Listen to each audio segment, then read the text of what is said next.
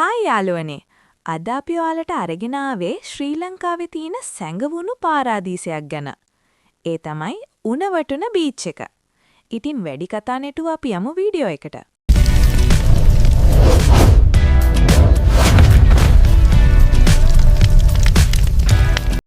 උණවටුන beach එක නිල් පැහැති ඉතා පැහැදිලි ජලය, සුදු පාට මෘදු වැල්ල සහ පොල් ගස් වලින් වටවෙච්ච සුන්දර වටපිටාවක් තියෙන තැනක්.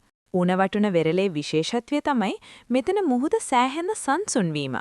ඒ නිසා ඔයාට පීනන්න, රිලැක්ස් වෙන්න වගේම වතුරයට කිමිදෙන ගමන් පාට විවිධ වර්ගයේ මාළු බලන්නත් පුරුවන්. තවත් ඉන්ට්‍රස්ටිං දෙයක් තමයි ජංගල් බීච් එකට යන්නත් පුරුවන්. ඒ වගේම ජැපනීස් පීස් පගෝඩා එකෙන් වටපිටාවේ ලස්සන view එකක් බලන්නත් පුරුවන්. ඔයාලා උණවටුන බීච් එකේ හොඳම දේ මොකක්ද කියලා දන්නවද? ඒ තමයි සන්සෙට්. ඒ වෙලාවේ අහස රතු, තැඹිලි, රෝස වගේ වර්ණවලින් පිරෙන අතර මුහුදත් ඒට පරාවර්තනය වෙලා හරියට සිහින ලෝකයක් වගේ. ඉතින් ඔයාලට රිලැක්ස් වෙන්න, එන්ජොයි කරන්න හෝ ට්‍රැවල් කරන්න තැනක් හොයනවා නම් උණවටුන බීච් කියන්නේ ඔයාලා යන්න ඕන තැනක්.